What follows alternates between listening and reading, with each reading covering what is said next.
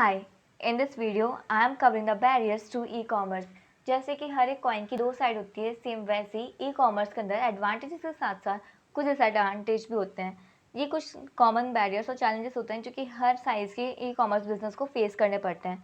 जैसे कि finding the right product to sell. Shopping cart platform एक हमें ऐसा तरीका देता है यहाँ पे एंट्री बैरियर्स जो होते हैं बिजनेस के वो एलिमिनेट हो जाते हैं। कोई भी इंसान अपना कुछ ही दिनों के अंदर ऑनलाइन स्टोर खोल सकता है और वो जैसे चाहे उन प्रोडक्ट्स को बेचना स्टार्ट कर देता है। लेकिन अमेज़न है, उसने ई कॉमर्स वर्ल्ड के अंदर बहुत ज़्यादा ऑनलाइन प्रोडक्ट के अंदर वो डील कर रहा है। उसने काफ़ी अच्छे से उस मार्केट को कैप्चर कर रखा है। इसलिए काफ़ी ज़्यादा छोटे रिटेलर्स के लिए उनके लिए बहुत डिफ़िकल्ट होता है कि वो एक नए प्रोडक्ट्स लेके आएँ या फिर वो अपने नाम से प्रोडक्ट को बेचें। क्योंकि जितनी क्रेडिबिलिटी है अमेज़न की या फिर किसी बड़ी फर्म्स की है, उतनी ज़्यादा एक छोटे रिटेलर्स पे लोगों को नहीं होती। The next one is attracting the perfect customers.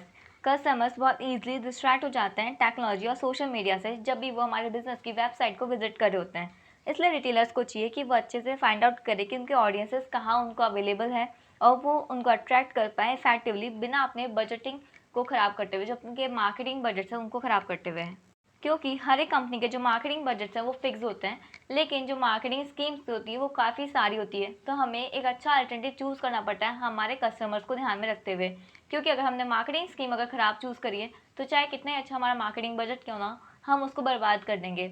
इसलिए पहले कस्टमर्स हमें देखने पड़ते हैं कि हमारा जो बिज़नेस है उसके कस्टमर्स, टारगेट कस्टमर्स कौन है और वो कहाँ अवेलेबल होंगे। जैसे कि हमारे यंगस्टर की बात करें, हम टीनेजर्स की बात करें, तो हमें पता है कि वो अपना ज़्यादा से ज़्यादा फ्री टाइम है वो सोशल मीडिया पे यूटिलाइज़ करते हैं या फिर वो अपने उस पर फ्री टाइम को वहाँ पे देते हैं। तो हम क्या कर सकते हैं, हम उनको मार्केटिंग स्कीम के अंदर डिस्प्ले एडवर्टीजमेंट डाल सकते हैं। जैसे कि वो अपने कभी भी सोशल मीडिया को चलाएंगे तो एक डिस्प्ले एडवर्टीजमेंट पॉपअप होगा उनकी साइट पे और उनको हमारे प्रोडक्ट्स के बारे में पता चल जाएगा। और सेम वैसे ही अगर हम वर्किंग प्रोफेशनल्स को हमारा सामान बेचना चाहते हैं या फिर डिटेल्स शेयर करना चाहते हैं तब हम उनको मेल करना पड़ेगा, क्योंकि वो ज़्यादा टाइम अपने मेल्स को चेक करते हैं। The next one is choosing the right technology and right partners. कई बार ऑनलाइन रिटेलर्स को ग्रोथ चैलेंजेस फेस करने पड़ते हैं क्योंकि उनकी जो टेक्नोलॉजी है वो लिमिटेड होती है या फिर उन्होंने किसी गलत इंसान को हायर किया होता है अपने प्रोजेक्ट्स को मैनेज करने के लिए। रिटेलर्स को एक बहुत अच्छे से चूज़ करना पड़ता है अपनी शॉपिंग कार्ट के solution, email software, inventory management software और काफ़ी और भी चीज़ें। एक ऑनलाइन रिटेलर्स को बहुत ध्यान से चूज़ करना पड़ेगा अपनी टेक्नोलॉजी और पार्टनर्स, क्योंकि अगर टेक्नोलॉजी या फिर पार्टनर के साथ में कुछ भी गड़बड़ी हुई तो यही है कि आपका बिजनेस अच्छे से नहीं चल पाएगा।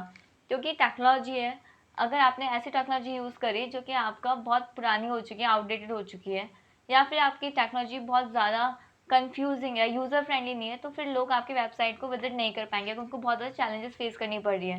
वो आपके कॉम्पिटिटर्स के पास चल जाएंगे जो कि बहुत एक यूज़र फ्रेंडली है कि ईजी वेबसाइट उनको प्रोवाइड करा दें।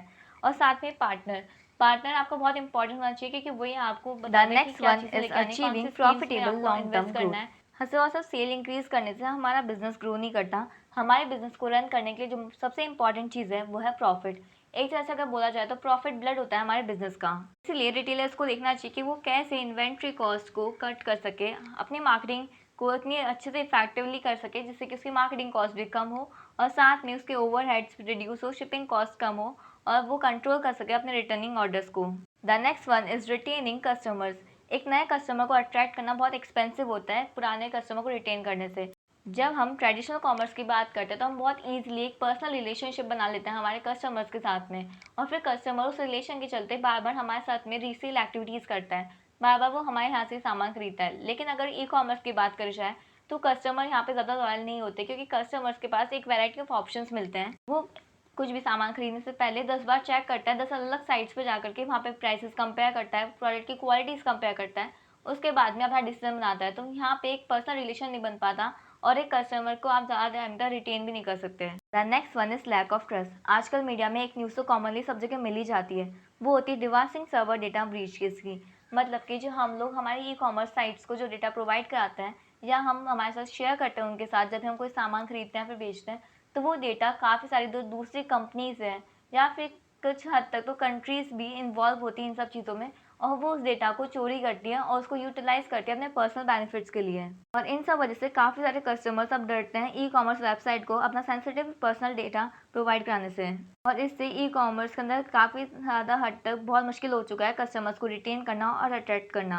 अपने आप को इस प्रॉब्लम से बचाने के लिए ई कॉमर्स साइट्स ये कर सकती है कि वो अपने जो कस्टमर्स हैं उनको डेमोन्स्ट्रेट करें कि वो काफ़ी सारे अच्छे प्रिकॉशंस ले रही है जिससे कि वो उनके जो कस्टमर्स के प्राइवेट डेटा है उनको वो सेफगार्ड कर सकें।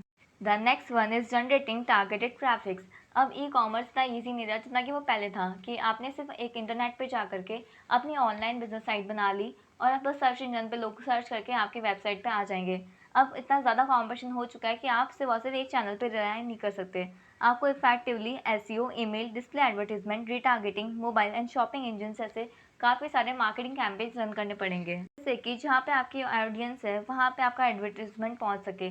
लेकिन इससे क्या होता है कि आपकी जो मार्केटिंग कॉस्ट है, मार्केटिंग बजट है, वो काफ़ी ज़्यादा हाई चल जाते हैं। और इस बात की भी गारंटी नहीं होती कि जो कस्टमर्स है वो अट्रैक्ट होंगे या फिर वो आपकी साइट्स को विजिट करेंगे वो एडवर्टीजमेंट देखने के बाद भी। The next one is payment related issues. E commerce के अंदर हम जो पेमेंट करते हैं वो इलेक्ट्रॉनिक पेमेंट होती है और वो हम क्रेडिट कार्ड, डेबिट कार्ड इन सब के ट्रांजेक्शन से करते हैं।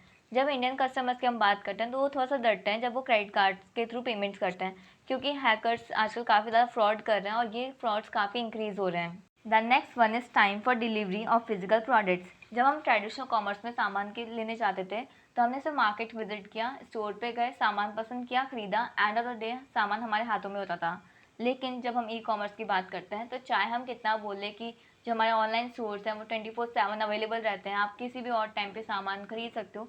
इसमें क्या होता है, आप सामान खरीद नहीं सकते, आप एक्चुअली सामान सिर्फ प्लेस कर सकते हो। अपना ऑर्डर आपने प्लेस कर लिया, ऑर्डर तो तब कंप्लीट होगा जब आपको उस फिजिकल प्रोडक्ट की डिलीवरी होगी। और जैसे हम बोलते हैं कि ई कॉमर्स करना हम वर्ल्ड के किसी भी कोने से बैठे हुए ऑपरेट कर सकते हैं, तो आपको नहीं पता कि आपका बिजनेस है वो कहाँ पे है जिससे आपने सामान मंगाया है, तो आपको डिलीवरी के अंदर टाइम लग जाता है। साथ में आपको काफ़ी बार डिलीवरी चार्जेस भी देने पड़ते हैं। इसलिए हमें हमारे जो प्रोडक्ट की फ़िज़िकल डिलीवरी के लिए ना काफ़ी ज़्यादा टाइम और कॉस्ट दोनों लग जाते हैं। और कई बार तो ऐसा होता है कि जो हमें सामान चाहिए होता है वो फ़िज़िकल फॉर्म में नहीं होता, तो हमें उसको इलेक्ट्रॉनिक फाइल्स में लेना पड़ता है, जैसे कि म्यूज़िक हो गया या फिर बुक्स हो गई। The next one is physical product suppliers and delivery uncertainty. अगर हम सबसे पहले बात करें फिज़िकल एक्सेसिबिलिटी की प्रोडक्ट की, तो हमें पता नहीं होता कि जो प्रोडक्ट है वो असली में दिखने में कैसा है, कैसा उसका टेक्सचर है, कैसा वो फ़ील करता है। हम इससे बहुत सिर्फ एक्सपेक्टेशंस लगाते हैं उसकी फ़ोटो को देख करके कि जो प्रोडक्ट है वो कैसा होगा, क्या कंडीशन में होगा और कैसे उसको वो सर्विसेज प्रोवाइड करेगा। सेकेंडली अगर हम बात करें सप्लायर्स की, तो हमें सप्लायर्स के बारे में कोई आइडिया नहीं होता, क्योंकि ई कॉमर्स में कोई भी इंसान किसी भी कोने में बैठ के दुनिया के ऑपरेट कर सकता है। तो हमें नहीं पता कि जिस बिज़नेस के अंदर हम सामान खरीद रहे हैं वो बिज़नेस एक ऑथेंटिक है या फिर फ्रॉड है। और अगर वो फ्रॉड निकला तो उसने अगर हमारे सारे पैसे ले लिए तो हमें ये भी नहीं पता होता कि हमारी लीगैलिटीज़ क्या होगी इस केस में, हम कहाँ पे जाके कंप्लेन करेंगे। और थर्डली हमें उसकी डिलीवरी के बारे में कोई आइडिया नहीं होता कि जो सामान हमने खरीदा था वो कब डिलीवर होगा, कब हमारे पास पहुँचेगा। क्योंकि कई बार होता है कि जो साइट्स हैं वो डिलीवरी टाइमिंग्स कुछ और दिखाते हैं, या जो डेज़ होते हैं वो कुछ और दिखाते हैं और किसी अलग ही टाइम पे वो डिलीवर कर जाते हैं। और अगर हम उस टाइम पे अवेलेबल नहीं हुए वो पार्सल लेने के लिए तो वो पार्सल रिटर्न हो जाता है, हमारे जो गुड्स है वो वापस रिटर्न हो जाएंगे।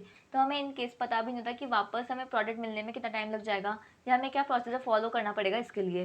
The next is perishable goods.